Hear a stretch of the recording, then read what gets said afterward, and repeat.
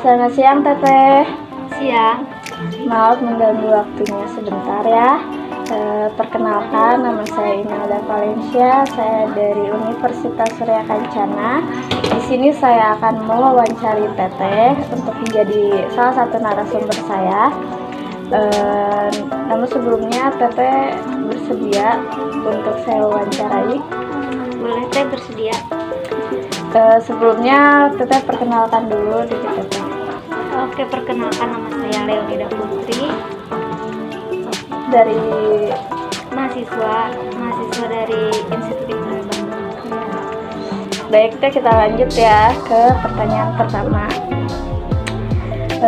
Apa pendapat Teteh mengenai masalah pendidikan di kalangan siswa atau siswi belakangan ini? Menurut saya sih permasalahannya itu mungkin kesejahteraannya kurang merata seperti itu Teh.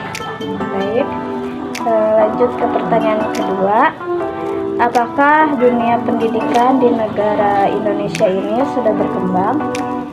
Sepertinya belum ya, karena di Indonesia ini juga kan tidak semua orang berpendidikan dan tidak semua orang juga tidak semua anak-anak dapat mendapatkan pendidikan yang baik, entah itu dari masalah ekonominya atau dari tempat daerahnya yang sangat terpencil. Baik, yang ketiga, bagaimana cara agar dunia dapat berkembang seperti di bangsa orang lain? Cara dunia agar dapat berkembang, mungkin kan di negara kita ini, negara Indonesia ini kan kita sekolah dari pagi sampai sore, dan itu non-stop ya, terus-terusan belajar. Kan kalau di negara lain seperti contohnya Jepang itu mereka belajar hanya 3 jam, dan itu mereka langsung mengerti apa yang diberikan guru-guru memberikan pembelajarannya. Kan kalau di Indonesia ini mungkin karena terlalu sering bisa belajar, jadi otak kita itu ngeblank ya. Dan untuk cara berkembangnya itu mungkin ya kita harus lebih semangat lagi lah dalam belajar dan dapat mengerti. Selanjutnya pertanyaan keempat, mengapa masih banyak anak yang belum bersekolah? Yaitu tadi karena permasalahan ekonominya. Lanjut nomor 5, faktor apa saja tentang kemerosotan moral pelajar akhir-akhir ini? Kemerosotan bisa dari lingkungan dari anak-anak di sekolah maupun anak-anak di mana dia bermain, dan juga bisa juga dari faktor teknologi. Kan saat ini anak-anak itu lebih sering bermain sosmed kan daripada berpendidikan, daripada fokus sekolah.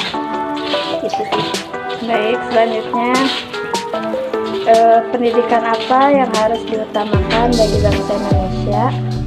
Pendidikan yang utama itu pendidikan spiritual, yaitu beriman, karena kita sebagai makhluk Tuhan harus berdoa kepada Yang Maha Kuasa. Selanjutnya, apakah tujuan dari pendidikan ini? Tujuan dari pendidikan ini untuk menuntut ilmu tentunya.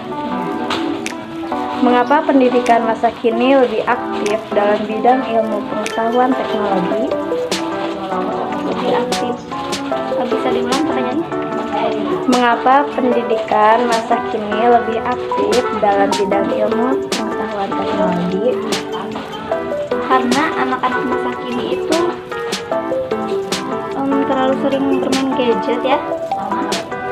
Jadi terlalu sering bermain sosmed, TikTokan, Instagram sebagainya.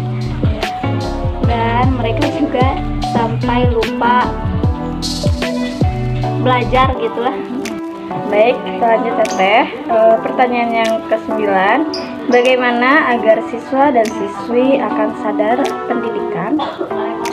Supaya siswa dan siswi sadar, ya tentunya harus dari orang tuanya harus lebih aktif lagi, lebih giat lagi memperingatkan anak mereka supaya giat belajar dan tidak terus-terusan bermain sosmed.